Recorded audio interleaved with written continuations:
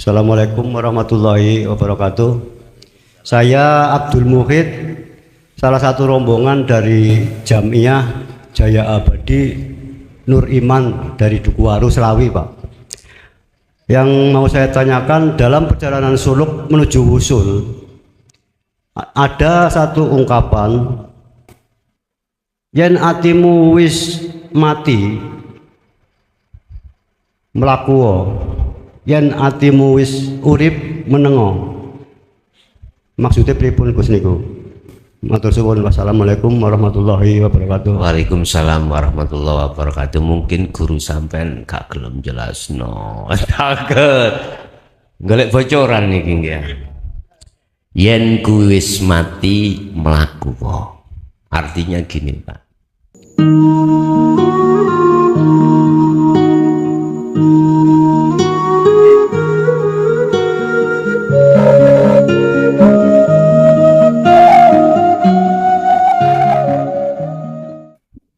Assalamualaikum warahmatullahi wabarakatuh. Waalaikumsalam warahmatullahi wabarakatuh. Nyong dudu sapa-sapa, nyong ora bisa apa-apa. Ngamputen Gus, kula badhe tanglet mengenai salah satu hadis, yaitu yadkurullaha hatta yaqulu jahlun wa majnun wa takabbur. Maksudnya elingono ning Gusti Allah sampai wong-wong ke pada mengatakan ning sampean ke wong bodoh, wong kentir, wong amaning takabur dan lain sebagainya. Nggih, Sampun. Nggih. Nggih. Terus kula tanglet setunggal malih. Wonten hadis qudsi mengatakan ana ing dzadoni abdibi, nyong tergantung prasangkane hambane nyong maring kon. Nggih, matur suwun. Sekian, wassalamualaikum warahmatullahi wabarakatuh. Waalaikumsalam warahmatullahi wabarakatuh. Di dalam Al-Qur'an terkait masalah bekal akhirat hanya ada 4 ayat,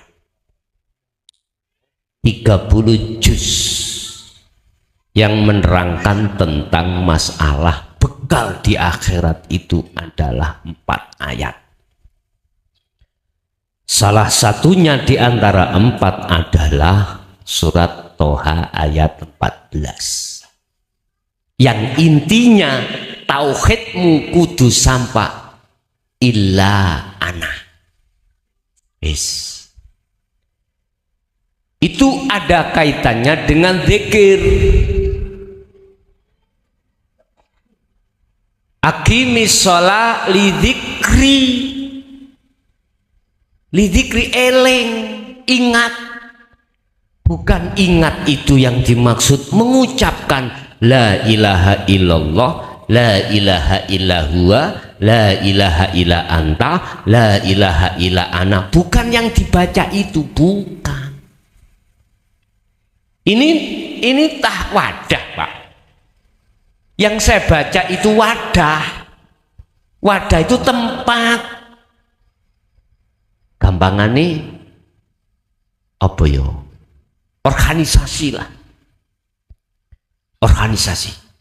Yang dimaksud zikir itu adalah hatimu sadar dan menyadari bahwasannya semua yang berperan itu hanyalah Allah. Itu namanya zikir. Ya ini bekal yang sesungguhnya. Berarti tak simpulnya zikir yang sudah sampai pada ma'rifat Allah, di mana hatimu bal yusyahiduna annal fa'il tadi lo ya. Yusyahid artinya bersaksi, meyakini hanya hidup itu yang berberat, hanya Allah. Kalau bahasa diucapkan, yo la ilaha illa ana, tidak ada Tuhan kecuali aku. Itu di dalam Anbiya 35, tadi 25, saiki di dalam Anbiya 35 Allah katakan barang siapa yang mengucapkan itu maka syiriklah kau. Mengapa dikatakan itu? Karena kau merasa kehambaan sing muncul itu baru syirik.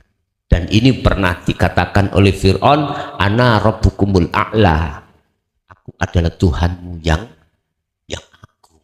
Fir'aun duduk di takholi, itu yang dimaksud, yang dilarang itu duduk di takholi.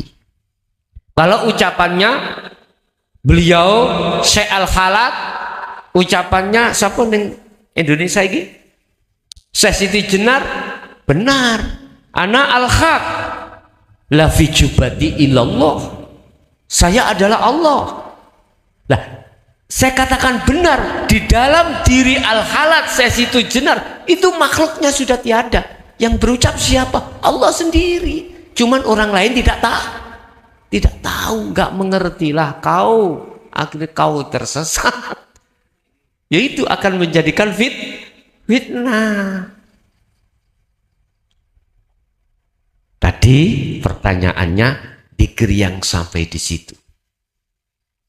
Biar ya orang lain mengatakan Anda kentir, Anda apa namanya itu? Gila, anta majnun, anta kufur, silakan. Sing penting Anda sendiri dan Allah tahu kalau Anda itu adalah orang-orang yang merajuk perjalanan fisabilillah. Perjalanan suci itu memang seperti itu, Pak Bu. Estu wis rapopo nger ya, wis rapopo, silahkan. Memang taruhannya seperti itu. Bagaimana Rasulullah di dalam Al-Quran dikatakan min jinnah. Rasulullah dilaknat min jinnah, apa artinya? Sebagian golongan orang gendeng, orang edan. Apalagi kita rapopo, ndak masalah. Cuman kurangi volume orang yang mengatakan itu. Dengan cara apa? Kata Rasulullah, if'alu asyari'ata bil haqiqati ila ma'rifatillah. Lakonono hukum syariat tapi dadekno hakikat, atimu makrifat nang Gusti, iku baru engko iso reda didik. Nek sampean kuat ngadepi kentiran orang lain nggih, atau cacian orang lain, kafilah tetap berlalu walaupun anjing menggong. Lu ngonten itu loh, itu tidak orang lain, orang dekat kita yang ngomong gitu. Orang dekat kita kebanyakan. Siapa? Abu Jahal, Abu Lahab itu, Pak. Kaum Quraisy itu, Pak. Dari Bani apa? Terus Rasulullah dari Bani apa? Orang dekat sebetulnya itu. Tapi justru malah memungsuhi Rasulullah. Lah beliau dari Bani Hasyim. Gitu. Lah terus yang namanya Abu Jahal, Abu Lahab dari Bani Sopo. Orang dekat sebetulnya, mungkin ya sih sakampung lah, orang dekat pokoknya, gak jauh-jauh. Subhanallah, Bapak Ibu, oke lah Allah memproses lewat berbagai cara, semuanya semata-mata untuk mendidik keteguhan keimanan hati panjenengan, ya. Hati panjenengan kalau tidak dibenturkan dengan hal-hal yang kau anggap negatif, nanti kurang kuat. Mohon maaf, pasukan sebelum ditugaskan di medan pertempuran, pasukan harus difisik, baik mental maupun segala-galanya, biar menghadapi musuh itu nanti tegar, boten gampang. Ngoten lho maksudnya ya. Wala tayasu fi raikhillah, Allah katakan walaupun itu susah raihane kekasihku, tapi tetaplah kau jangan berputus asa. Satu, jadi maksudnya seperti itu Pak Bu ya. Jadi memang resikolah kita tidak wong kentir, tidak orang edan, sebab nyun sewu tidak sedikit orang-orang mengatakan apa yang ku sampaikan itu gak benar. Ngoten niku wis seperti itu, kami sudah tidak menghiraukan, biar saya kasih maklum karena belum mengerti isi di dalam tauhid la ilaha illa anta wa ana. Nanti kalau sudah masuk di sini, apa yang terjadi? Oh bener wong gendeng biyen, betul orang gila dulu. Seperti itu nantinya. Yes, satu. Nomor dua, apa tadi? Lupa nyongnya. Oh ya, donullahi kadonu abdi. Iku maksudnya prasangkanya Allah iku diletakkan pada prasangka hambanya, maksudnya ya Allah. Irodah Pak, sifat kudrat irodah iki dadi sifat wajibnya Allah. Prasangka irodah kekarepan itu sebetulnya sifatnya Allah. Sifat wajibnya Allah, bukan sifat wajib kita. Kita nggak punya tentang masalah prasangka, atau kita nggak punya tentang masalah kekarepan dalam hati. Sebetulnya itu kekarepannya Allah, tetapi kekarepannya Allah, kehendak Allah yang bagaimana, yang dimaksud bahwasanya kehendakku ku letakkan di kehendak hambaku, donku tak deleh ning done kawulaku. Iku maksudnya kehendak pada orang-orang yang hatinya sudah menjadi kekasih Allah. Baru sah masuk di situ, Pak. Sebab sebetulnya hati adalah lauhil mahfud. Di dalam hati sampean wonten lauhil mahfud, di situ ada buku catatan, ya. Lah, tulisannya adalah kekarepan, irodah, kehendak, takdire yaitu wujudi kehendak. Itu akan terjadi manakala sifat kudrat dan irodah itu tunggal jadi satu. Tadi sampai dari rumah, ya, belum ke sini sudah ada maksud kehendak ngaji, ya toh? Sebelum jadi takdir. Itulah buku catatan. Sebetulnya itu. Nyatane buku catatan wujudi takdir sampai ono kene. Lah, saiki bagaimana antara buku catatan dengan takdir sesuai? Itu kembali kepada kekasih Allah. Sudah tidak akan pernah mengakui bahwasanya kehendak dan itu doni ku hamba, tidak. Betapa don atau kehendak itu kunya Allah, kunya Allah. Itu maksudnya seperti itu, Pak, ya. Bukan kok yo ono kehendak luru diteleh nanggone ini kawula. Kehendak itu hanya prasangka, itu hanya satu, hanya milik Allah. La haula wala quwata illa billahil aliyil azim. Nih, ada lagi? Assalamualaikum warahmatullahi wabarakatuh. Waalaikumsalam warahmatullahi wabarakatuh.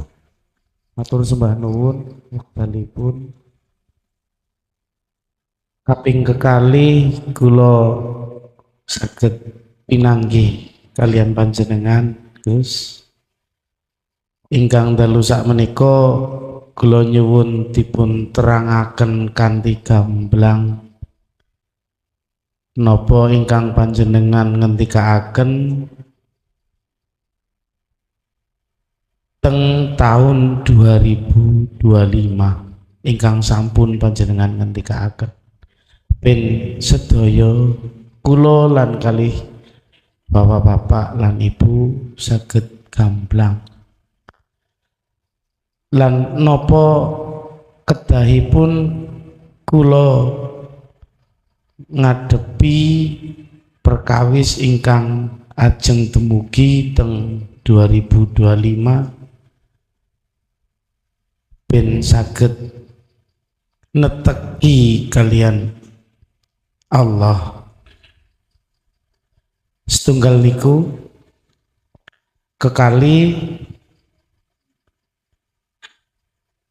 menapa tiyang ingkang sampun mangertosi perkawis Allah sedaya niku Allah, sedaya kekarepan niku karepe Allah.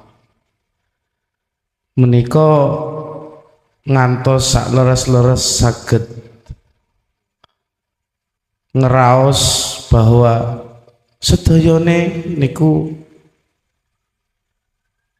Allah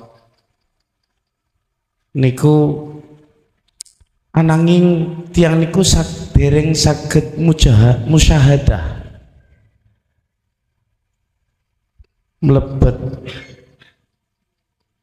teng alam musyahadah niku napa wonten treatment napa wonten petunjuk petuah saking panjenengan ben saged saklintune memahami sedayane meyakini sakleres-leres dinul haq kantos dumugi teng musyahadah nyuwun pituduh pituah saking panjenengan Gus, matur sembah nuwun. Kula cekapaken assalamualaikum warahmatullahi wabarakatuh. Waalaikumsalam warahmatullahi wabarakatuh. Ini sebetulnya pertanyaan pertama itu sudah dilembarkan Allah, dilembarkan ini dibuka Allah lewat bahasa kinayah tahun insya Allah sebelum Covid.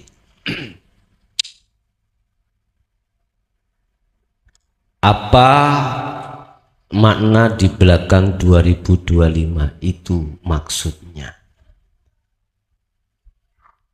Sebetulnya apa kinayah yang sudah disampaikan Allah itu adalah merupakan satu jawaban. Apa kinayahnya? Lekaslah kau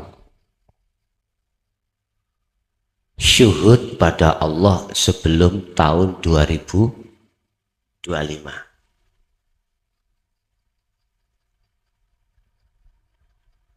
Apa sih syuhud itu? Makrifati atimu ruhmu nang Allah.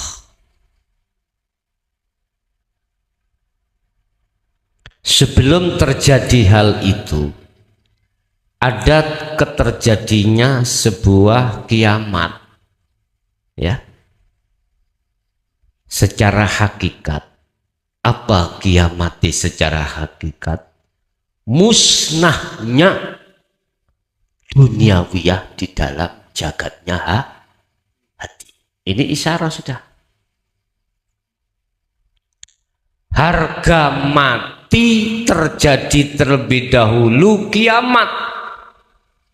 Manakala hamba itu bertemu Allah. Allah katakan hal ini dan sebagai janji. Pertama di dalam surah Al-Kahfi ayat yang terakhir. Yang kedua dalam surah apa itu? Lupa saya. Bahwasanya sebagai harga mati siapa yang ingin bertemu Allah, pertama adalah falyamal amalan sholihan. Proses penghapusan, penghancuran duniawiyah di dalam diri. Proses tentang masyiwallah yang disebut al-aghyar di dalam hati kita. Iki secara hakikiyah. barulah di situ dikatakan sampai dan bertemu Allah. Bahasa gelap menuju padang, akan terjadi satu padang dan hilangnya satu kegelapan manakala cahaya lampu ini dihadirkan. Ketika detik-detik cahaya lampu itu didatangkan, maka hilanglah kegelapan seketika itu. Tatkala cahaya makrifat didatangkan di dalam hati seseorang, maka hilanglah kegelapan terhadap Allah tadi. Allahu waliyul ladzina amanu yukhrijuhum minadh dhulumati ilan nur. 257 Al-Baqarah. Ini janjiku. Allah tidak akan pernah ingkar janji. Terus apabila yang sampai tanyakan itu secara kiamatul kubro, ya, musibah bangsa zahir, mosok belum pekai sampean. Masa harus saya katakan muncule ayam itu dikarenakan ada las di dalam telur, paham? Muncul jasad itu sebab ada ruh Nur Muhammad yang ditaruh di dalam jasad. Wa nafakhtu, kata Allah. Manakala tatkala tidak ada Nur Muhammad, ruh yang ditiupkan dalam jasad, jenengan iki ana dunya ngene iki ya? Boten. Itu janji Allah yang pasti. Allah sudah berirodah, Allah sudah berkehendak. Apa yang ada di dalam itu sebetulnya adalah tanda apa yang akan terjadi di zahiriyah. Sehingga saya katakan Allah memberikan satu kinayah, lekaslah kau makrifat hatimu pada Allah sebelum 2025. Udah. Jadi saya pun tidak akan pernah menjawab secara zahir. Sudah cukup saya menjawab secara batiniah. Kiamat akan terjadi manakala kul ja'al haqqu wa zahaqal batil innal batila kana zahuqa. Tatkala kebenaran itu akan datang, maka hancurlah kebatilan. Artinya hak itu akan datang, tapi sebetulnya sebelumnya harus terjadi penghancuran akan kebatilan. Apa yang dimaksud kebatilan? Adalah duniawiyah. Syekh Ibnu Athaillah mengatakan al-aghyaru hiya zulumatun. Selain daripada Allah itu adalah kegelapan.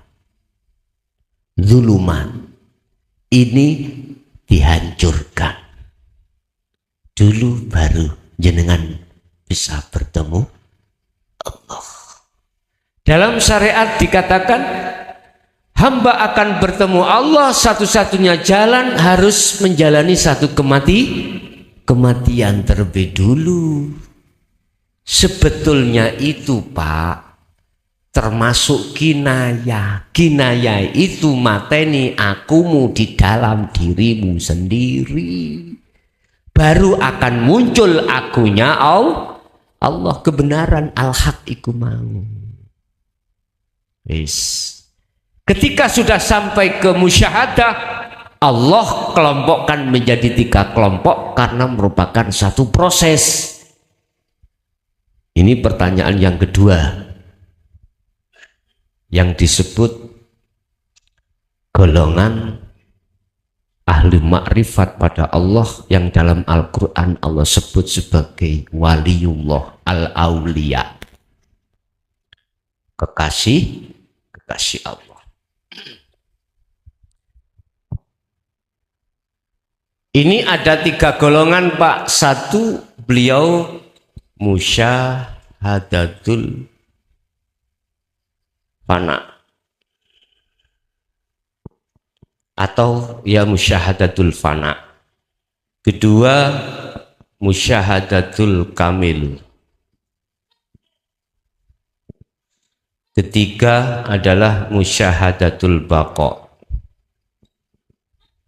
Dah.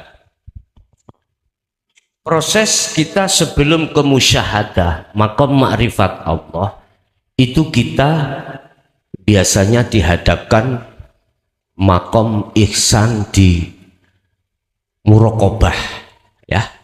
Sebelum ke musyahadah itu ke muraqabah. Apa muraqabah? Rasulullah dawuh anta'budallaha ka'annaka taroh.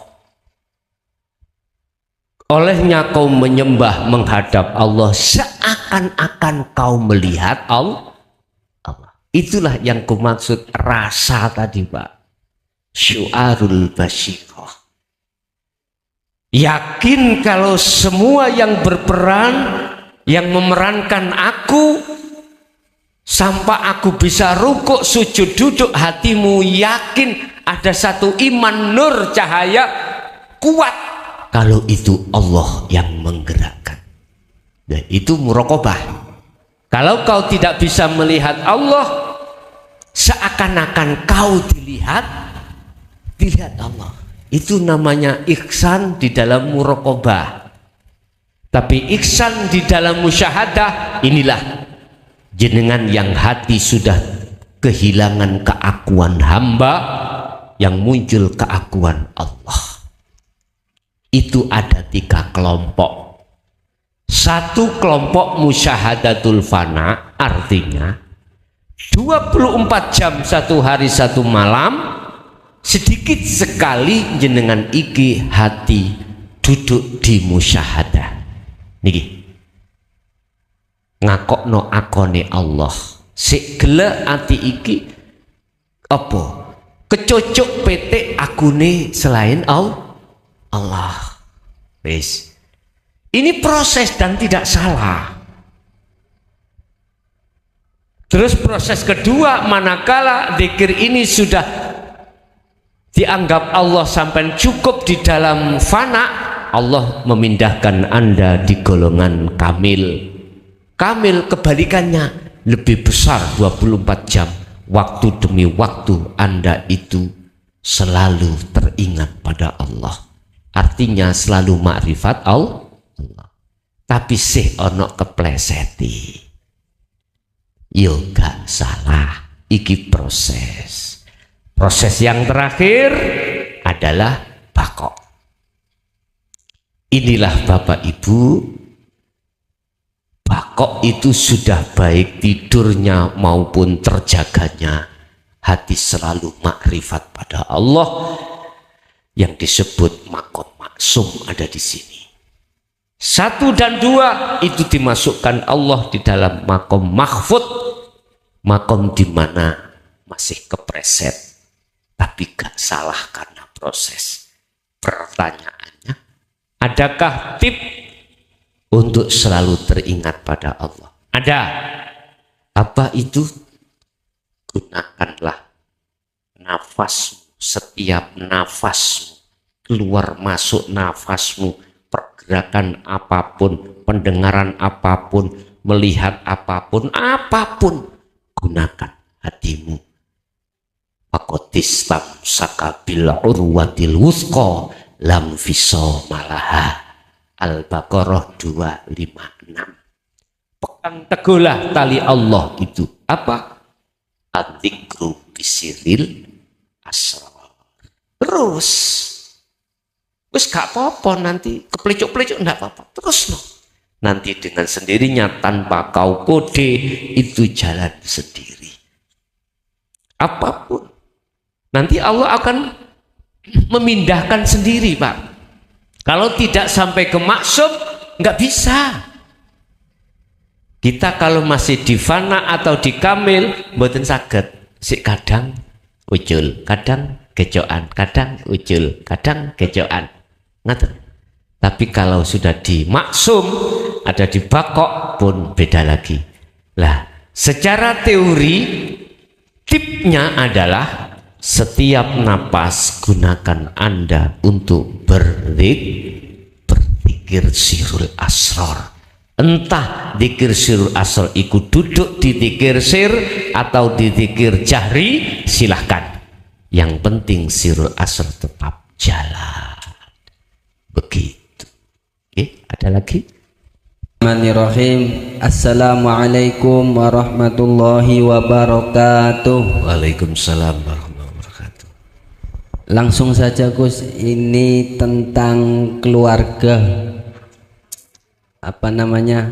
Yang pertama untuk adik saya yang setelah pulang dari laut, kenapa kok tingkah lakunya menjadi aneh? Entah sebab musababnya dari teman ataupun keluar pergaulan, apa namanya. Terus yang namanya orang tua kan sayang sama anaknya, nggak ada singa yang makan anaknya gitu bahasanya. Dan yang saya tanyakan, bagaimana caranya untuk adik saya Kembali normal. Kembali normal. Nggih. Kemudian yang dua untuk diri saya Gus, yang insya Allah bulan depan nikah panyuwun pandongane panjenengan. Ngaten nggih. Nggih. Matur suwun ngaten mawon. Barokah. Allahumma fiq ila aqwamit thoriq. Assalamualaikum warahmatullahi wabarakatuh. Waalaikumsalam warahmatullahi wabarakatuh.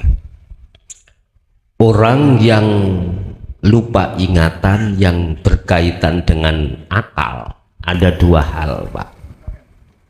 Aku tanya, adik sampai ini pelaut. Oke. Miturut pengalaman kula, konco kula pelaut iku rentan dengan anget-angetan. Tahu anget-angetan? Oke. Al-khamru alias khomer. Seseorang kalau ketergantungan dengan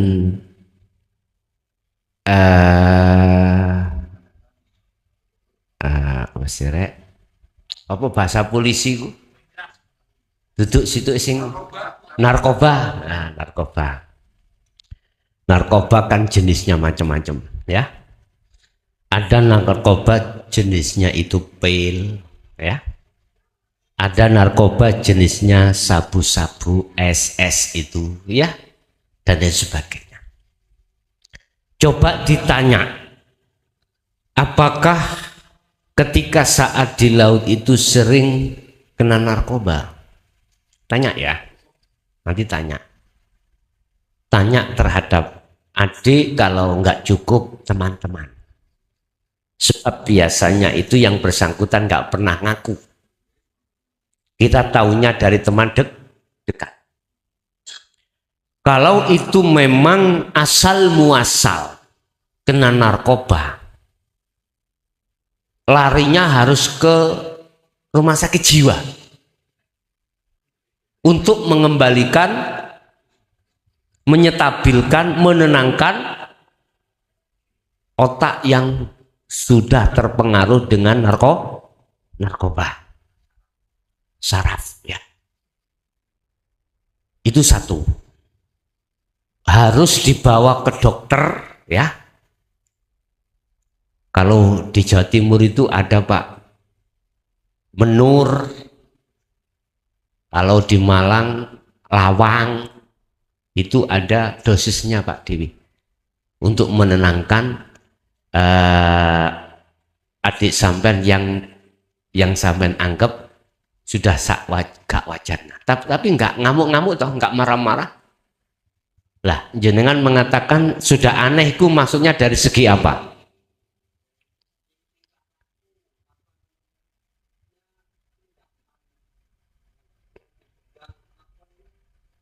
Ya betul, ya paham. Oke. Berarti solusinya harus ke rumah sakit. 1, 2.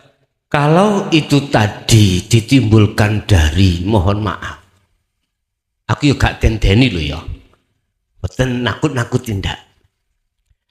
Manakala seseorang kuat hatinya bercinta terhadap Allah, terus memakai sifat sistem majdubun, akhirnya akal ini diambil Allah ya, dari urusan-urusan selain Allah juga hati. Akhirnya tindak tanduknya itu tidak sewajarnya, seperti itu. Orang lain mengatakan aneh, lah gitu toh, gak selayaknya seperti orang lain. Cara untuk mengembalikan adalah biarkan. Sebab yang membuat itu Allah, nanti Allah memperhentikan Allah sendiri. Gitu. Biarkan. Terus sampai kapan? Nah itu udah pertanyaannya. Hal itu bisa terjadi sampai mati. Santai-santai. Sampai gowo nang dokter disebul di ru'yah ya tuas ngeru'yah. Kalau seperti itu loh ya. Kalau seperti itu. Yang kedua ini juga kadangkala tidak bercinta karena Allah. Ya. Dipengaruhi oleh minal jinnati. Nafsu membisikkan terhadap hati kita, tidak minal jinnah, tidak minan nas, tapi juga minal jin. Minal jinnati wan nas. Tidak dari nas tapi dari bangsa jin. Lah iki yo gampang nek ngeten iki. Digawa nang ngene tukang wong ngruyah. Engko dibaca-bacakan apa? Coba, sudah pernah dibawa ke situ? Belum. Coba dibawa ke situ, nanti bagaimana?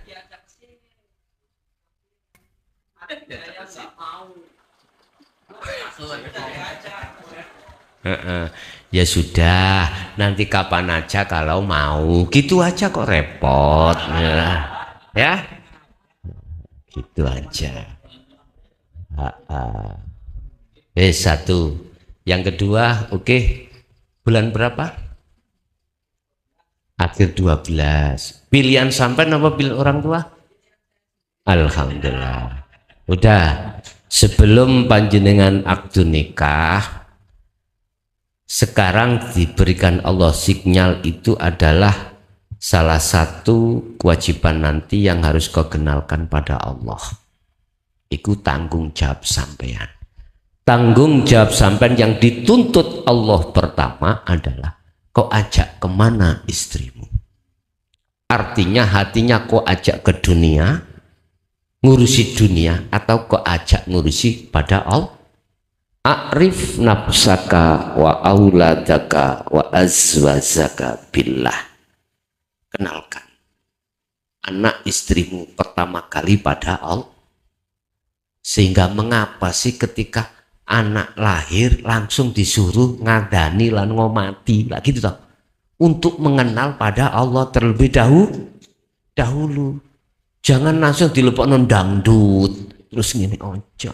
Adzan wa iqomah iku maksudnya anakmu, istrimu kenalkan pada Allah dulu sebelum kau mengenalkan terhadap urusan dunia. Kan ada tingkat-tingkatannya proses syariat, thariqat, hakikat, ma'rifat. Begitu ya. Berarti iki namanya kebun nantang pasangan. Tapi kalau tidak itu enggak maju-maju ya loh. Harus maju. Dengan adanya kita berakdu nikah, itu tanda bahwasanya kita harus lebih baik hubungan kita. Hablum minallah. Ngoten lho asline. Nggih, ada lagi? Assalamualaikum warahmatullahi wabarakatuh. Waalaikumsalam warahmatullahi wabarakatuh. Gini Gus, saya langsung aja. Saya pernah diajak ngobrol dengan senior saya, tapi bukan guru hakikat, tapi udah senior gitu. Makanya saya ingin menanyakan langsung pada guru. Kalau kita sudah kembali ke Allah, kalau sudah sampai la ilaha illa ana, itu katanya mencerminkan sinarnya pada ke atas itu sampai 7 turunan, misalnya ke bapak ibu, terus nenek kakek dan seterusnya ke atas, terus ke bawah juga 7 turunan. Nah sekarang kalau misalnya saya lagi belajar untuk kembali ke Allah, kemudian misalnya sampai nanti kembali ke la ilaha illa ana, itu ke orang tua saya, misalnya pertama itu bapak ibu saya kan sudah meninggal, belum sempat untuk belajar hakikat, tapi masih dalam syariat. Nah, apakah saya itu bisa menyelamatkan orang tua saya? Kemudian caranya bagaimana? Kalau ke bawah kan jelas saya itu mengajak gitu ya. Iya. Nah kemudian kalau untuk yang kedua itu kalau mengajak keluarga, alhamdulillah saya dalam satu keluarga kakak adik itu tinggal Mbak Yu saya 2 yang masih belum menerima. Kemudian adik saya yang 5 itu, yang 1 udah meninggal, yang 1 yang belum menerima. Nah kemudian saya kepengen mengajak supaya bisa menerima, karena kayaknya itu sulit itulah, supaya bisa menerima bagaimana caranya supaya bisa tertarik gitu. Kiranya begitu saja. Assalamualaikum warahmatullahi wabarakatuh. Waalaikumsalam warahmatullahi wabarakatuh.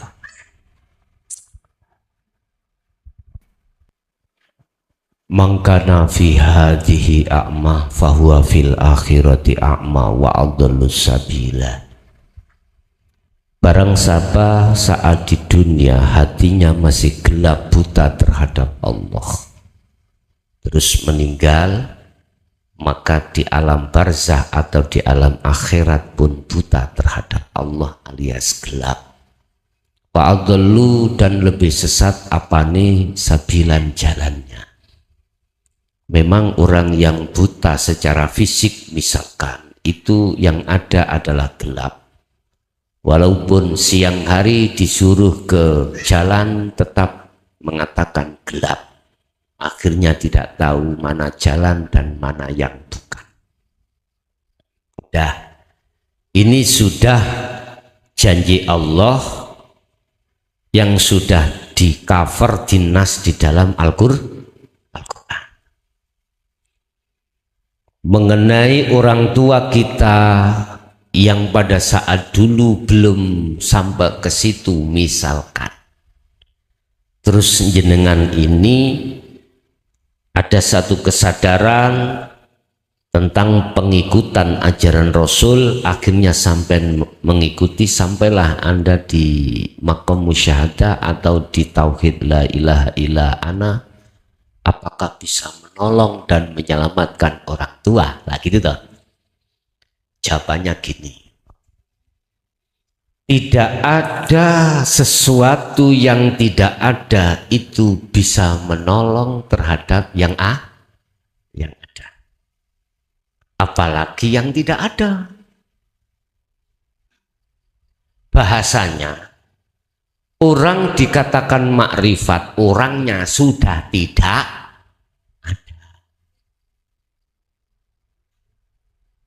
Terus apakah bisa diselamatkan orang tua itu? Bisa kalau yang menyelamatkan Allah. Dengan cara bagaimana?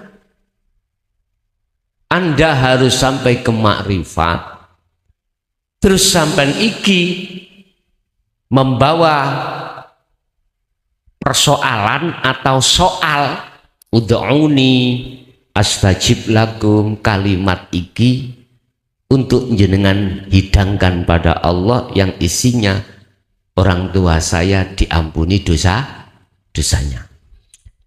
Bukan berarti jenengan iki yang bisa menolong. Walaupun hadisnya Rasulullah sudah jelas, termasuk 3 perkara ya yang akan bisa menolong manusia bila mana sudah putus dari dunia alias meninggal, termasuk awaladun solihun yada'ulah, anak solih atau solihah yang selalu mendoakan Allah. Allah tidak akan melihat doa yang tidak disertai makrifat pada Allah. Harus bermakrifat. Kalau bermakrifat berarti wongnya itu sudah tidak ada, berarti yang menolong adalah Allah, baru bisa. Inilah yang dimaksud sifat jaiznya Allah. Sifat jaiz itu sifat wenang. Wenang itu sudah tidak memakai hukum syariah. Hukum syariah wajib iki disiksa. Nah gitu toh. Berhubung Allah itu hakim yang paling adil.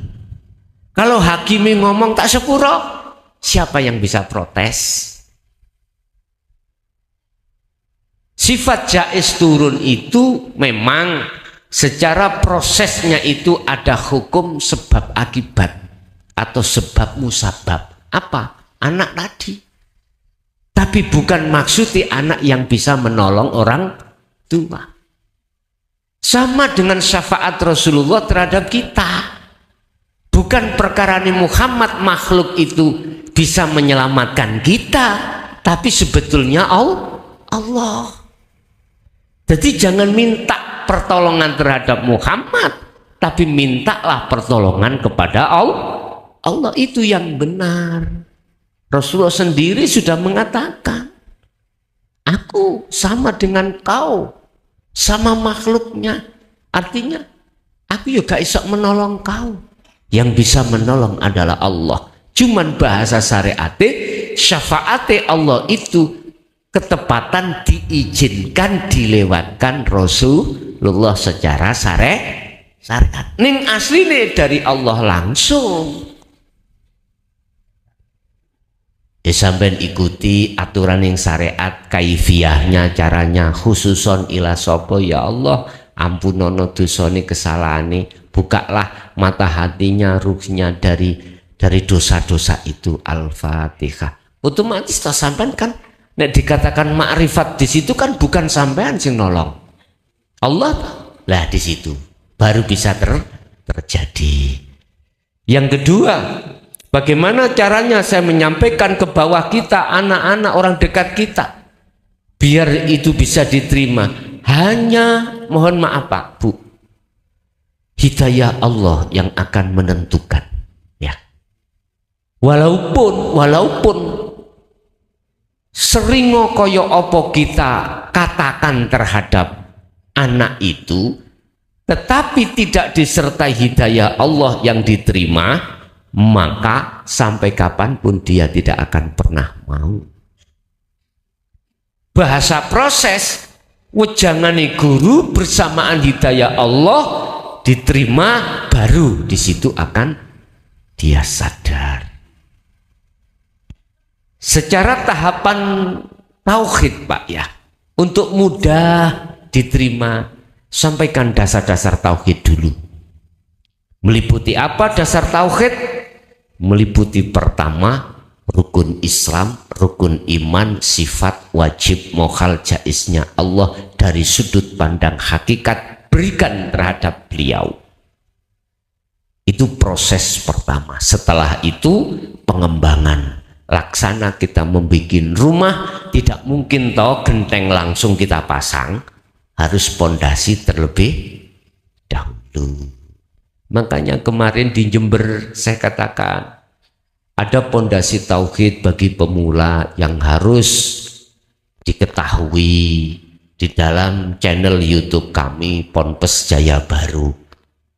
Tak kelompokkan jadi satu, sampai WA aku tak wene linge 1 sampai 10. Sebab sampai kalau mencari di channel saya kangelan karena banyak judul-judul di situ.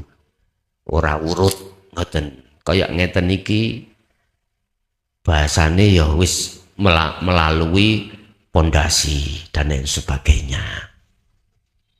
Tinggal sampean WA saya di nomor saya itu di YouTube itu ya, baru tak kasih linknya 1 sampai 10, sampean kari nutul 1 2 3 4 sampai 10, mari wis gak adik ngetik wis ya. Jadi begitu Bu ya.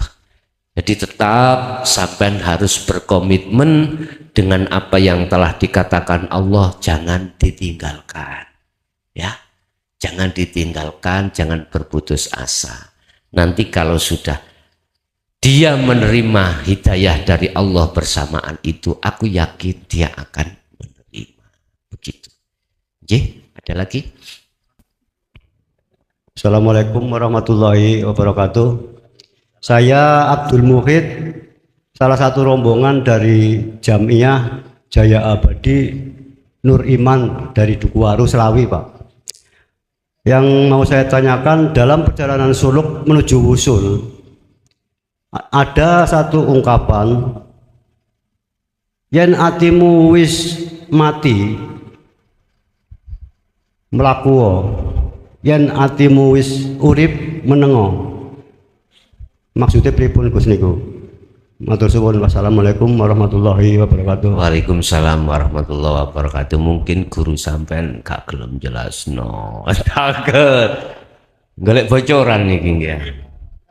Yen kuwi wis mati mlaku. Artinya gini, Pak.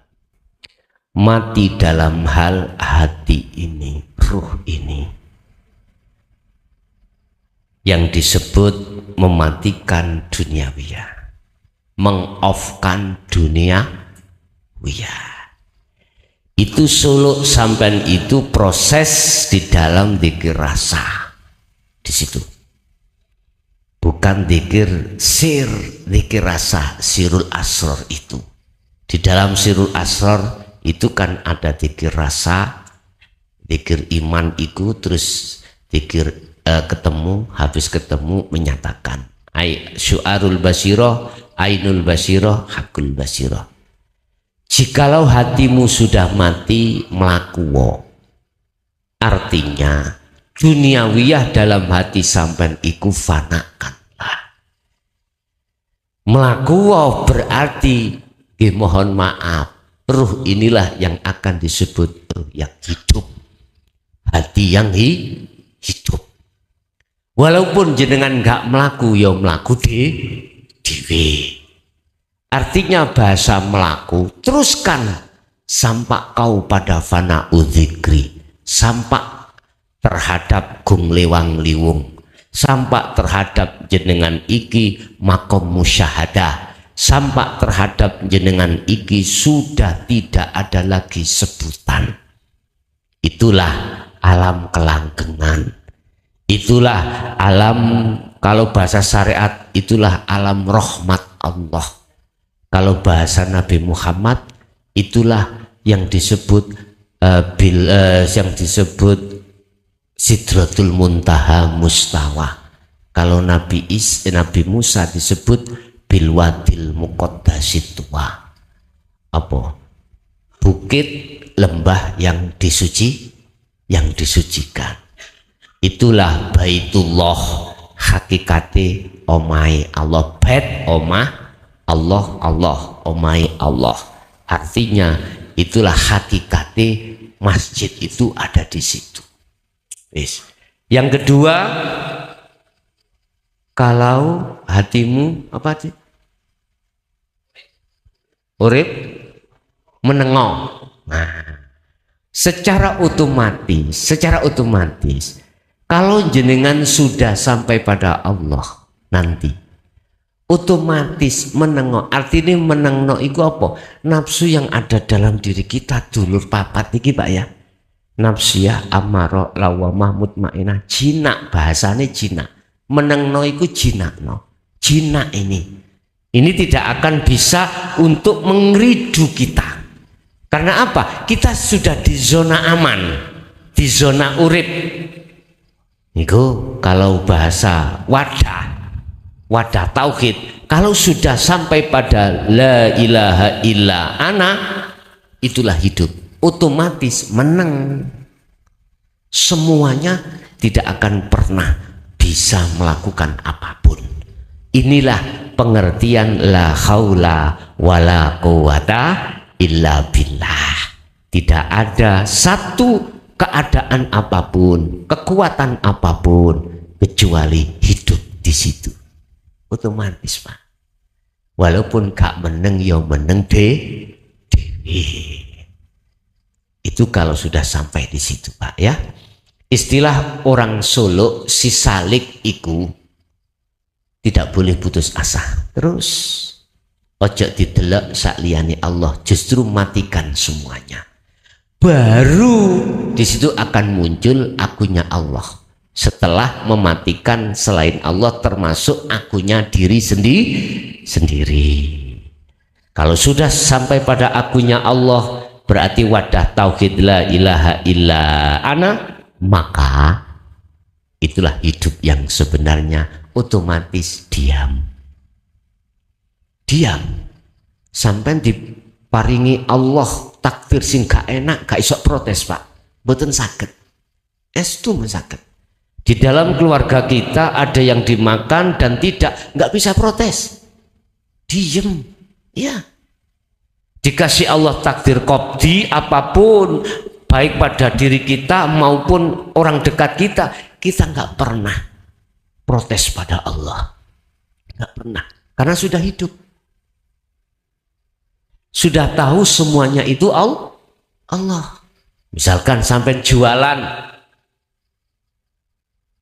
sampai ramai, kemudian ada yang ngerusui, ya, sampai tidak mungkin melihat makhluknya. Namanya sudah illa ana, melihat hidupnya Allah. Nggak bisa protes. Inilah orang Jawa mengatakan sendika dawuh atau nrimo ing pantun bahasa Quran. Inilah hamba yang qanaah. Diwene ya monggo, gak diwene ya monggo, dikasih gak dikasih tetap jenengan nggak bisa protes. Yang menjadikan protes itu karena nafsu. Betul Pak, karena nafsu yang belum jinak. Tapi kalau sudah menjadi nafsu yang jinak, apa Allah katakan? Ya ayyatuhan nafsul mutmainnah irji'i ila rabbiki radiyatan mardiyah. Olehnya tenang, wahai jiwa yang tenang. Olehnya tenang karena dia bisa balik nang Allah. Mengapa dia bisa kembali kepada Allah? Karena dia tidak putus untuk solo. Solo itu sama dengan khalwat, sama dengan tapa. Solo itu tidak hanya satu tempat. Allah katakan kasih tahu terhadap Muhammad cara solo yang benar. Apa? Di dalam surah Al-Insan ayat 25-26. Muhammad wadkur isma rabbika bukratan wa asila. Walaupun jasadmu itu di tengah-tengah ngurusi urusan dunia, ruhmu, hatimu tetaplah suluk nang aku. Artinya berzikirlah, zikir yang bagaimana yang bisa sampai, suluk yang bagaimana yang bisa sampai pada makom musyahadah. Itulah suluk di mana jenengan sudah dibekali oleh zikir sirul asrar. Yang kedua ayat 26, wa minal laili fasjud lahu fasabbihu lailan tawilan. Muhammad, dikala kau jasadmu sudah tidak berurusan dengan urusan dunia, waktu-waktu itu gunakan selalu untuk berzikir padaku.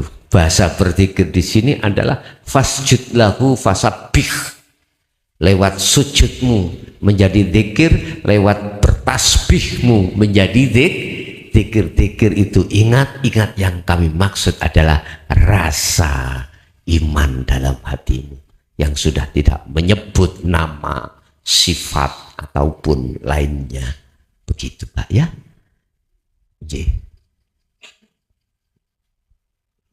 Aku yakin jenengan nggih pun kagungan guru akhirat bisa menjotokno. Kula asal jawaban ngeten bener napa mboten? Lho ngoten lho nggih. Niki berarti jenengan golek bocoran. Ngoten nggih. Nggih mboten napa-napa. Kula niki terbuka kok, Pak. Terbuka. Bagi siapapun terbuka. Nggih. Nggih, menawi masih ada. Monggo. Bismillahirrahmanirrahim. Assalamualaikum warahmatullahi wabarakatuh. Waalaikumsalam warahmatullahi wabarakatuh. Ngapunten Gus, saya mau bertanya, tapi pertanyaannya sangat enteng karena saking bodohnya Pak. Ya. Dunia adalah panggung sandiwara, di mana sandiwara itu rentengan cerita, dan cerita itu juga termasuk rentengan takdir demi takdir. Sebelum ditayangkan, cerita itu sudah dibuat olehnya. Misalkan kalau ceritanya Allah, berarti yang buat Allah ya, berarti begitu. Terus tujuannya apa sih Gusti Allah gawe cerita? Ada yang cerita ngenesi, nyenengi, aja manis surga neraka. Tujuannya apa? Itu yang pertama. Yang kedua, tadi Gusti ngomong ada amal sing dideleng, ada amal sing ora dideleng. Berarti Gusti Allah ana sing seneng. Ya, angger duwe senengan berarti ana sing ora bisa senengi. Setuju ya, Gus? Begitu. Nah, kalau ada seneng, ada tidak seneng, berarti Gusti Allah apa ya? Pilih kasih. Artinya wong bebas kuasa kok bisa seneng ora seneng. Gak seneng bawis. Bener ya? Kayak kue. Dia walaupun ya Gus tidak berbobot, tapi memang kudu tak sampai kena. Ngapunten Gus, ngapunten. Itu yang kedua. 3 saja ya Gus. Nah. Sak kerso. Yang ketiga Gus, yang ketiga, pada waktu kita menghadap, ya, ada kata-kata ingsun urip, ingsun madhep maring urip, baik ananing awake dewek maupun di luar awake dewek. Nah, artinya ingsun urip roh niku ngadep kari urip. Urip kan jerone urip kan pada bae urip jerone jabane urip. Kok bisa madhep? Ngapunten nggih. Ngapunten banget. Assalamualaikum warahmatullahi wabarakatuh. Waalaikumsalam warahmatullahi wabarakatuh. Tambah semangat niki ya. Wa idh qala lil malaikati inni ja'ilun fil ardi khalifah. Saya menjawab itu ada 2 sudut kacamata Pak. Kacamata dunia dan kacamata akhirat, kacamata syariat, kacamata hakikat.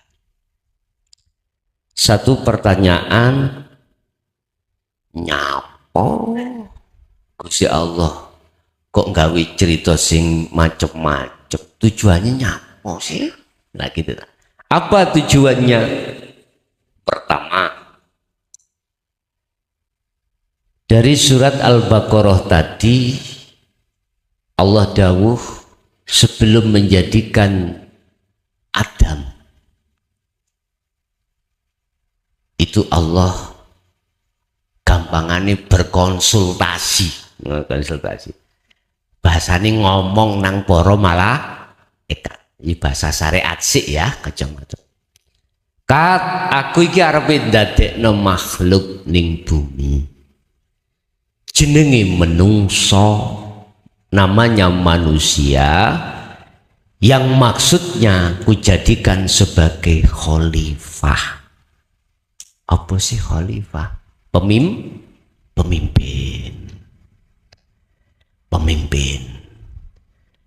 Terus dijawab ambek salah siji malaikat. Yang salah siji malaikat itu nanti akan disebut iblis ya. Itu penasehati malaikat. Ya Allah, apakah kurang cukup kami ribuan malaikat setiap saat dan setiap waktu bertahmid, bertasbih, mensucikan jenengan, bersujud. Nanti apa tidak menjadikan satu pertumpahan darah di bumi ya? Itu jawabannya salah siji malaikat, dia sebagai penasehat. Kalau dilihat kenyataannya, pada saat itu malaikat kan sudah tahu Pak. Cerita aluri akhirnya jadinya di dunia itu bagaimana? Lagi itu toh.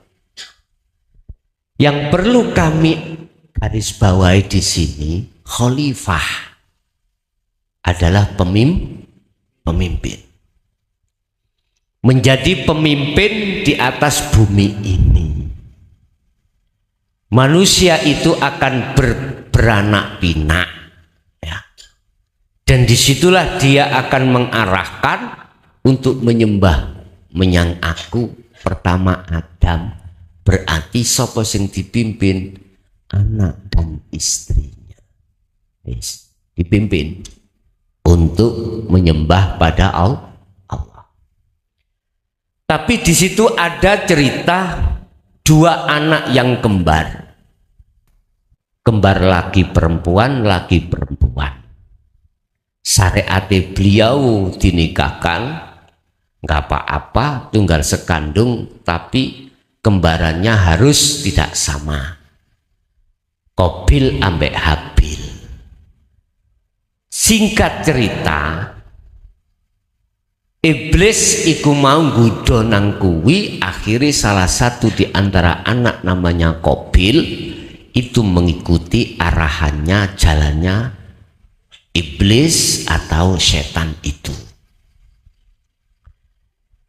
Ini fungsinya adalah untuk membimbing terhadap menjadikan khalifah di muka bumi. Sekarang terhadap kita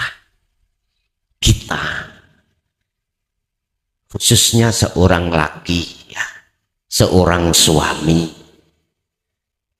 bimbinglah anak dan istrimu untuk menuju dan bertemu Allah sehingga bisa berjalan di atas fisabilillah. Tetapi dalam surat Ibrahim Allah katakan ayat 3, wa yasudduna an sabilillah. Ketahuilah, nafsu dalam dirimu itu selalu menghalang-halangi di antara anak-anakmu, istri-istrimu itu tidak berjalan di atas jalan Allah. Wis. Barang siapa yang berjalan di atas jalan nafsu, itu pasti terjadilah sesuatu kesengsaraan. Dan barang siapa yang berjalan di atas jalan Allah, disitulah akan menemukan satu kebahagiaan. Dikongkon milih. Wis. Iki secara syariat. Secara hakikat, mengapa Allah itu membuat cerita-cerita sing macam-macam seperti itu? Apa fungsinya?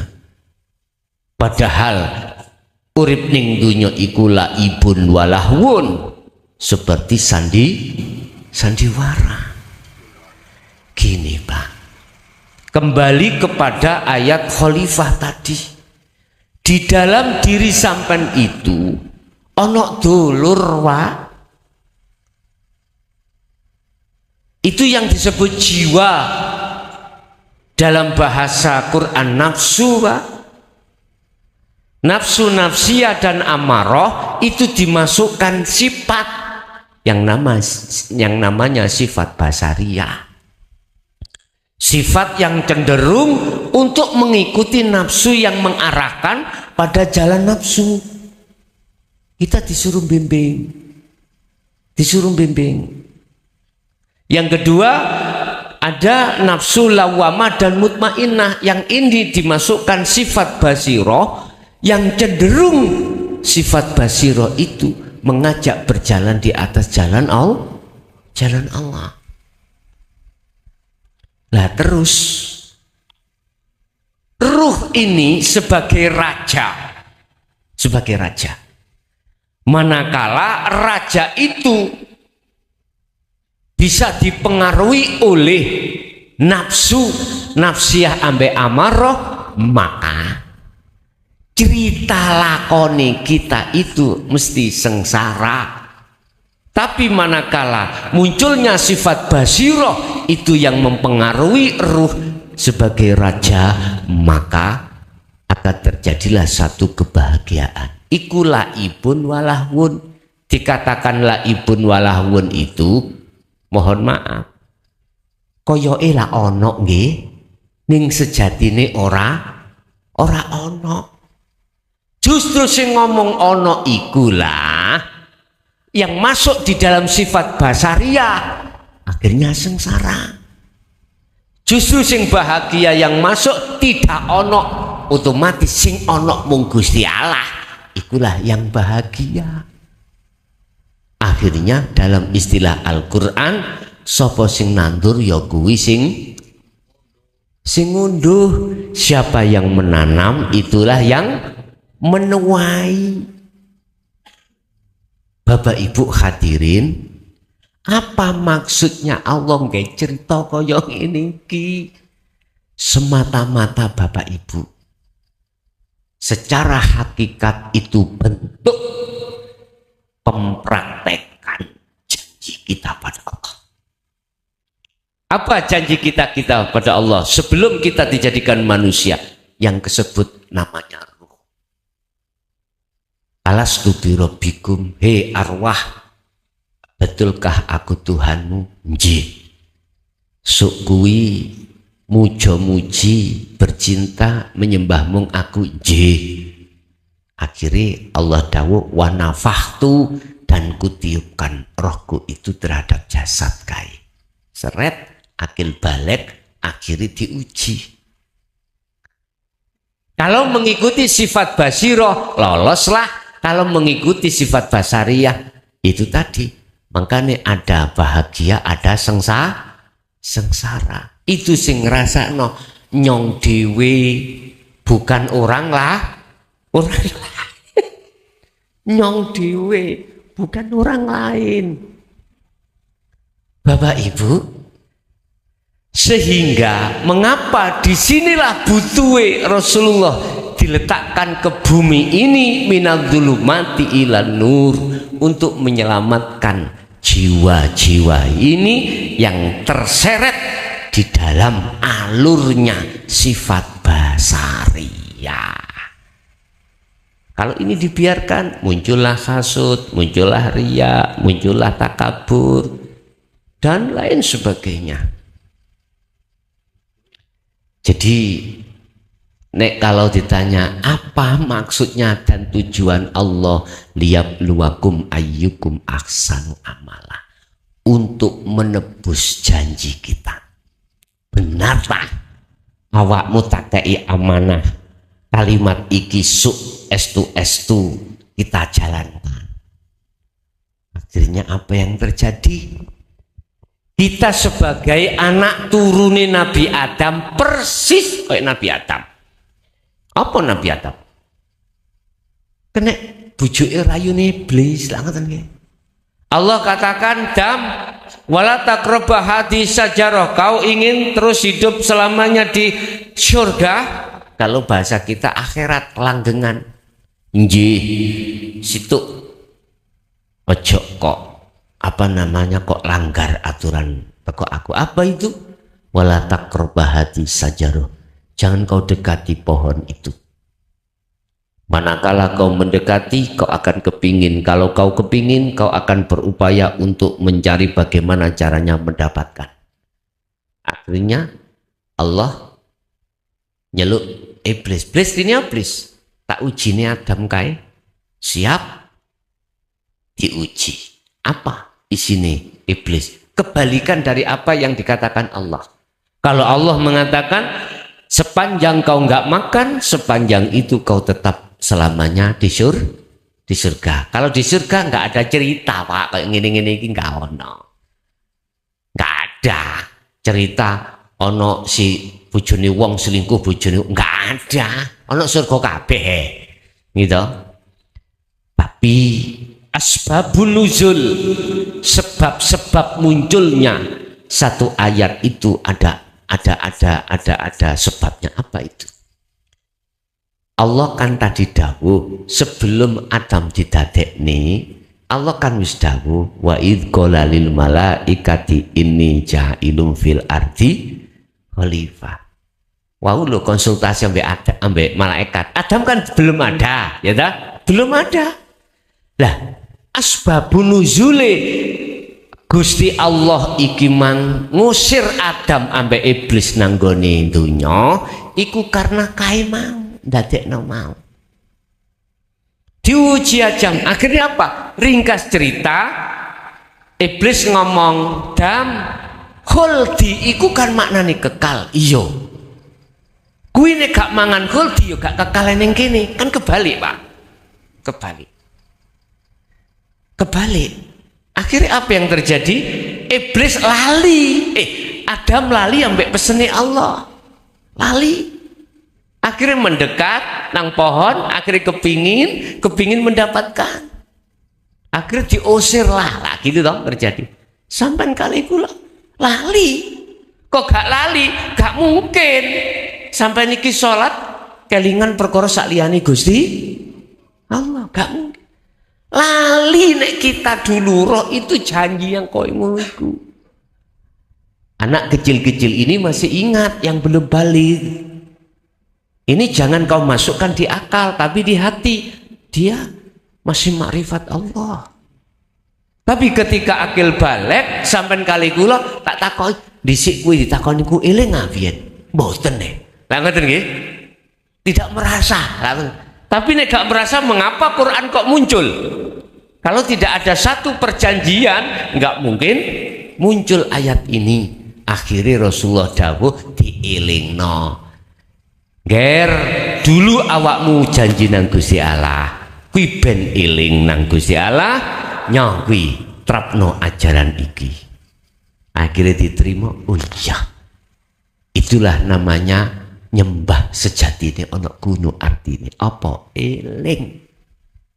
Sing tak maksud eling, gak ana iman iki kejaba mung Gusti Allah. Ada di situ. Jadi apa tujuannya Allah nggak cerita? Untuk ngetes sampan kali kula sing pernah janji dulu. Quran ini memang mengatakan la'ibun walahwun. Satu sisi adalah sandiwara kehidupan dikatakan sandiwara bagi sopo. Dikatakan tidak sandiwara bagi siapa? Nah, ini yang perlu kami jawab. Nyun sewu. Bagi wong sing durung kenal Allah, koyo ilu temenan. Nggih mboten. Koyo temenan. Iki bagi yang belum ke makrifat nang Allah. Koyo temenan kita yang melakukan. Tapi kalau kita sudah kenal Allah, mohon maaf. Siji maneh jawabane kebalikannya. Makanya saya memandang dari kacamata mana. Kalau dari segi kacamata syariat, mohon maaf, koyo itu temenan. Tapi kalau saya pandang dari sisi hakikat, menungso iki wis gak ono, wis lebur. Jadi Allah dewi ngoten. Wis satu. Nomor dua, kok ada ono susah ambek seneng lah ngoten wae ya. Apa sebenarnya maksud daripada ini? Nyun sewu Pak. Inilah maksud mengapa adanya beberapa alam. Ada alam dunia, ada alam barzah, ada alam akhirat. Apa alam barzah? Apa alam dunia? Apa alam akhirat? Allah sudah katakan alam dunia itu adalah maqam muhadharah. Alam makhluk, mazra'atul akhirah, cara hadis Rasulullah, sebagai lahan tempat panjenengan ini menanam satu tanaman, menanam satu tanaman. Berarti nek nanam satu tanaman itu berarti dereng berbuah, lah buah iki ane endi tergantung. Jenengan buah ini kau petik di dunia silakan, kau petik akhirat silakan. Kalau petik ke dunia sampai ngeten, kita melakukan sesuatu yang baik terhadap orang lain, terus dapat pujaan orang lain, sampai seneng, berarti jenengan sudah memetik buah. Ini sudah kau petik, nanti sudah kau nggak metik apa-apa, kau sudah kau petik. Inilah yang kumaksud al-ubad yang golongan 1 dan golongan 2 itu tadi nanti. Bapak Ibu, dalam dunia ini kita itu ada langkah berikutnya perjalanan alam barzah. Apa alam barzah? Alam di mana pemisah antara dunia dan akhirat. Wa min waraihim barzahun hatta ila yaumi yub'atsun. Bagi orang-orang yang sudah meninggal, ruhnya ketika saat di dunia itu belum kenal Allah, pastilah kau dimasukkan alam barzah. Apa itu alam barzah? Sebuah dinding yang tebal yang menutupi ruh itu, sehingga ruh itu tidak bisa keluar ke dunia lagi dan tidak bisa ke akhirat sebelum hari kebangkitan datang. Makanya saya kurang sepaham dengan lagu ben malam Jumat. Lah niku wonten ya. Ahli kubur padha mulih lah ngono. Aku ya jawab lah sepi lah aning ono. Nyun sewu Pak, tadi saya katakan khusus bagi ahli hijab atau ahli ruh yang ketika saat dunia belum mengenal Tuhannya, pastilah kau masuk di alam barzah. Gelap Pak, di sana itu gelap. Dia tidak akan pernah bisa ke dunia lagi, apalagi masuk di dalam dunia mimpi. Kadang-kadang lah sampai mimpi ketemu Mbok lah ngaten nggih, ketemu Pak Iku sebab apa? Lah ada gambaran, kadang Pak aku ngipi rumah besar enak, kadang jadi wong gembel, itu punya makna kondisi terhadap nenek moyang kita sebetulnya di situ. Apakah itu ruh itu kembali nang dunia nang sampean lewat dunia mimpi atau gimana? Ndak Pak, itu jenengan dicanda Allah dituduhno nang alam barzah. Nek sampean gak balik yo sampean turu kematen mati tidur sudah nggak bangun, itu ahli hijab. Tapi bagaimana ahli syuhud, ahli ruh yang sudah tidak buta pada Allah ketika meninggal? Sayaqulunal ladzina qalu udkhuluha bisalamin aminin. Malaikat sing ana njero alam barzah iku gak takon ngono Pak, gak takon marobuka manabiuka kiblatuka lan sak piturute. Talkine wak mudin wis gak kanggo. Ngapunten Kak Wadah. para malaikat, para berarti kan banyak. Sayaquluna alladzina qalu, para malaikat disuruh Allah berkata. Apa berkata apa? Udkhuluha, jom mlebu sira kabeh ha ing tempat yang sudah disiapkan. Ha iku jannah, rahmat. Bisalamin aminin, dengan aman santausa, berarti tidak masuk di alam barzah. Karena apa? Karena barzahnya saat di dunia sudah sampai hancurkan. Paham ya? Kita di dunia ini Pak dikunjoro ambek nafsu lewat kesenangan dunia, akhirnya tidak tahu terhadap Allah. Kalau ini sudah jenengan hancurkan lewat suluk tadi ya, masuk di dalam muraqabah sampai ke musyahadah, maka bebaslah kau. Makanya kalau sanjang nek jenengan wis sampai pada Allah sudah makrifat, mati yo rapopo. Nek durung ngojok pisan-pisan arep-arep mati. Gak ono Pak wong arep-arep mati, gak ono. Kecuali ala inna auliya illah. Niki. Ono salah satu cerita ya, mungkin sudah sering saya ceritakan. Kekasih Allah itu saking rinduni untuk mati dengan harapan dia tidak hanya secara jasmani rohani saja yang ingin bertemu Allah. Dia menek ning wit dawur, cara akal nek ceblok mati. Lah ngoten nggih. Ternyata belum waktunya Pak. Ketika nyeblok manu emprit rombongan liwat nisore sret. Akhirnya mboten saged ceblok jlup, mboten kena-kena, gak mati. Satu saat ada satu kerajaan, rajanya punya anak yang sangat cantik sekali, cantiknya luar biasa. Satu kerajaan, tapi tidak ada yang berani untuk menikahi. Sebab apa? Sebab mau menikah, yang mau menikahi mati.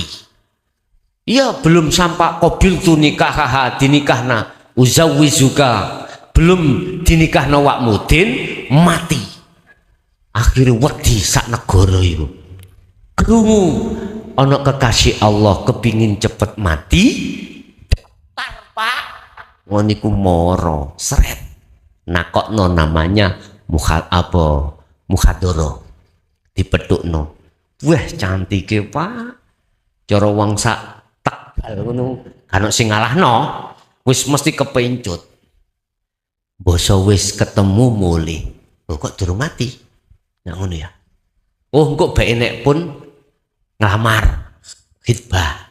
Rajane ya bingung, kok durung mati? Khitbah nanti mungkin waktu khitbah ngelamar nentokno jadwal nikah, akhirnya selesai pulang gak mati.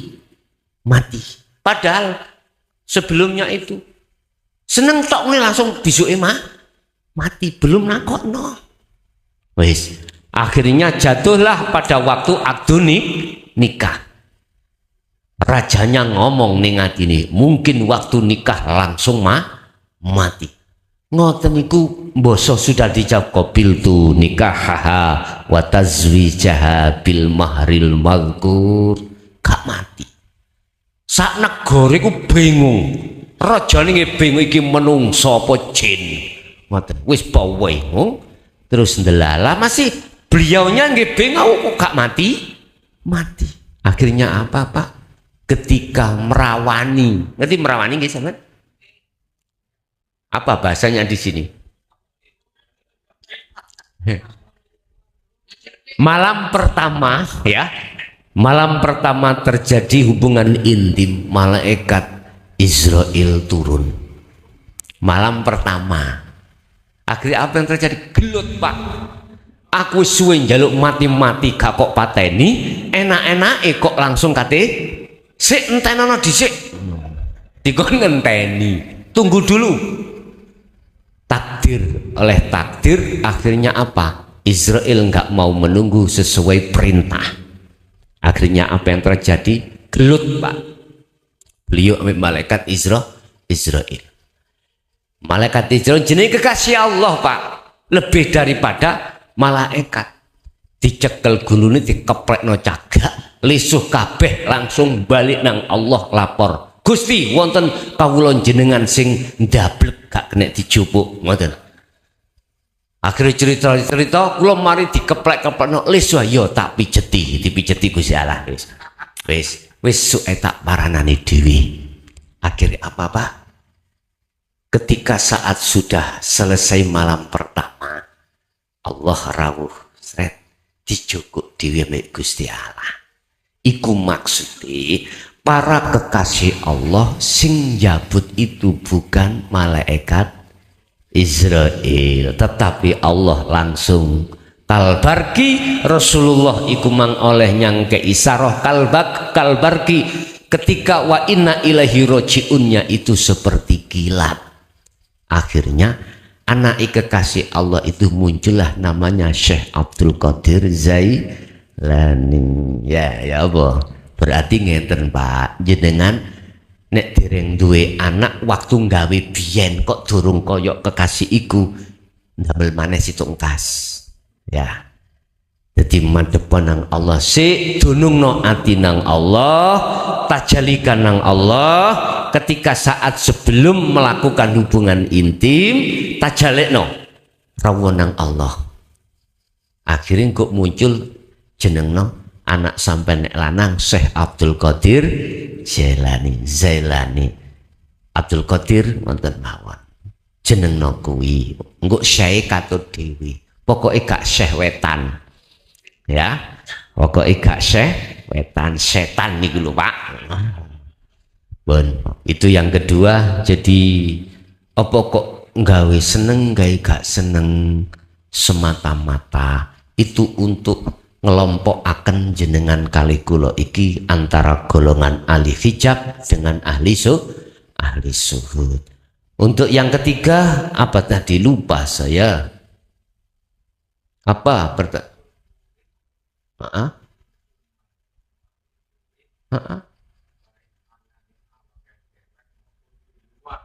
dewek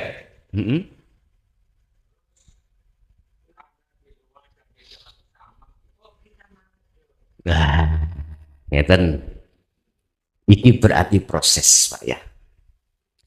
Ada proses taholli, ada proses tahalli, ada proses tajal.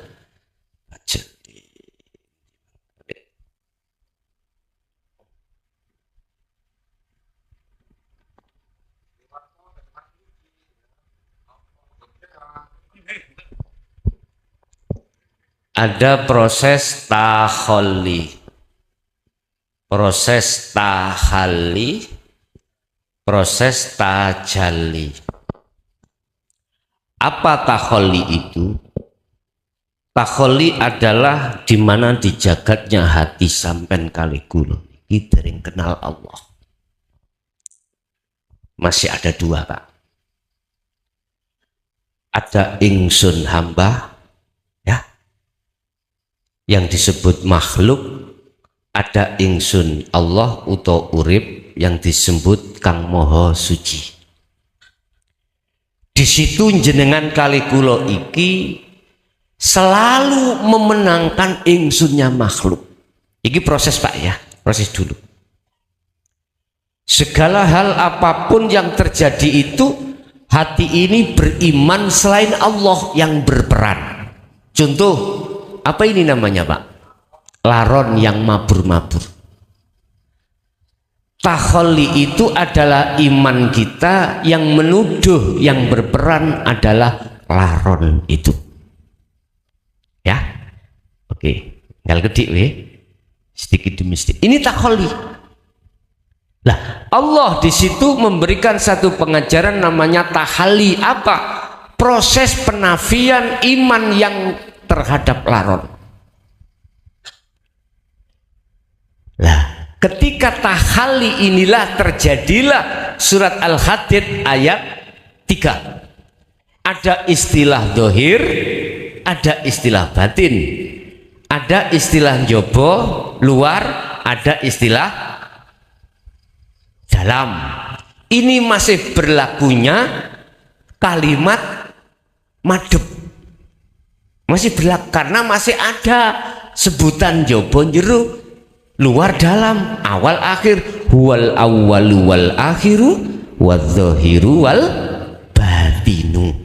Masih ada sebutan toh, karena proses tahalli ini proses suluk, ada yang menghadap, ada yang dihadap, masih ada dua.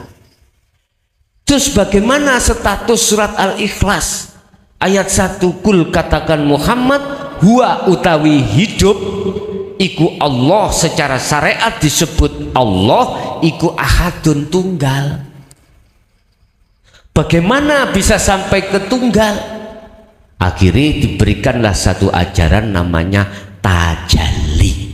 Apa tajalli? Menetapkan keakuan ingsun Allah, ingsun urip iki. Kalau sudah di situ Bapak, maka tidak ada sebutan dalam, sebutan luar, sebutan awal, sebutan akhir. Kalau ada sebutan berarti Allah bertempat.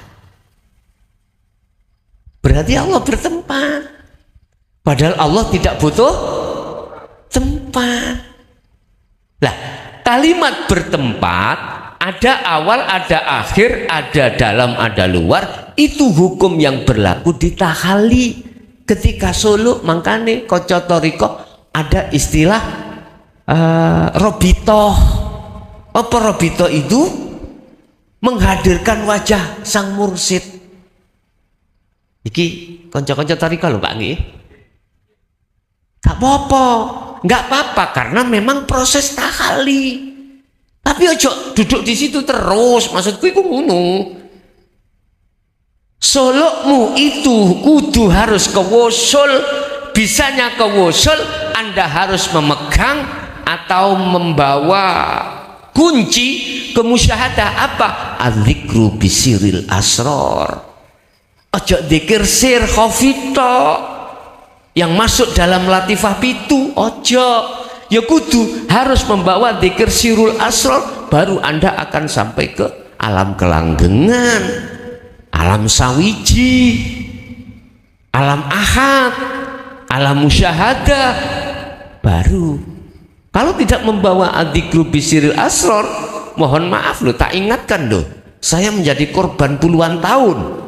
Mohon maaf, saya dimasukkan dalam alam kasyaf Pak, di mana penuh dengan karomah, dan itu malah justru membelenggu diriku. Wis korban aku tok ae, kuwi aja melok-melok dadi korban. Loh, niki sedawaya kanca-kanca dulu seperti ini. Karena apa? Belum mengenal zikir sirul asrar.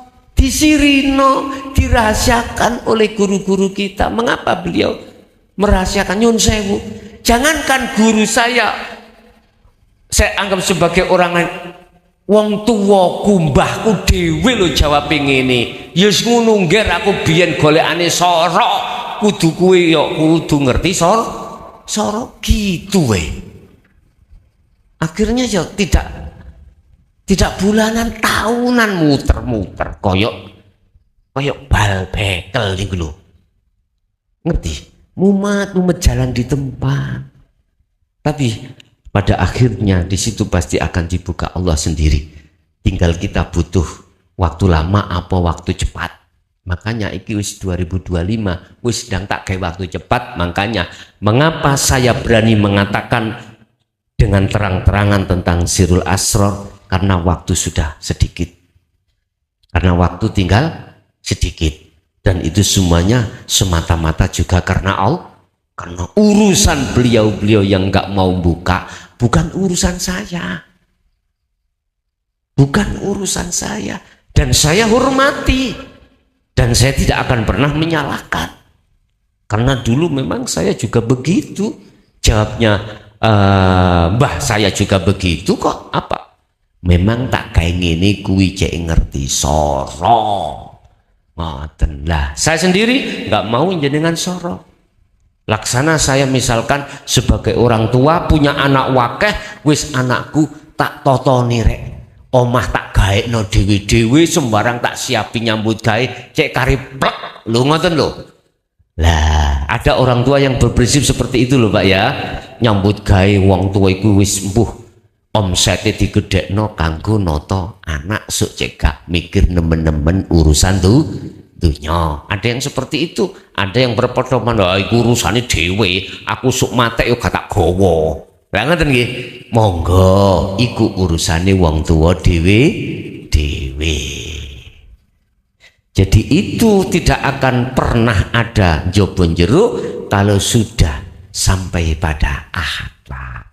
Jadi wis gak mengatakan arah, ayatnya memang fa aina matuwallu, dimanapun kau mengarah di situ ada wajah Allah, berarti masih ada arah etan, arah kulon, arah. Kalau sudah di ahad sudah tidak ada arah. Oke, ada lagi. Jam sudah 12:30. Oke, nggih pun Bapak Ibu hadirin jamaah rahimakumullah. Apa yang sudah digelar tadi semata-mata semuanya hak, itu datangnya dari Allah Subhanahu wa taala, dan mulai awal sampai akhir barangkali di antara panjenengan ada yang tertusuk hatinya sampai sakit. Mohon maaf baik di dalam maupun di luar sana. Saya tidak bermaksud seperti itu. Saya hanya satu, untuk mengkritik panjenengan supaya naik tingkat panjenengan, hanya itu tok. Mohon maaf barangkali ada yang merasa tersinggung dan lain sebagainya. Kami juga manusia, tidak lepas dari salah kefahaman, dan mudah-mudahan harapan saya mulai awal sampai akhir menjadikan satu ilmu ingkang manfaat fid dini wad dunya wal akhirah terhadap kita dan anak putu kita ila yaumil qiyamah. Lahumul Fatihah.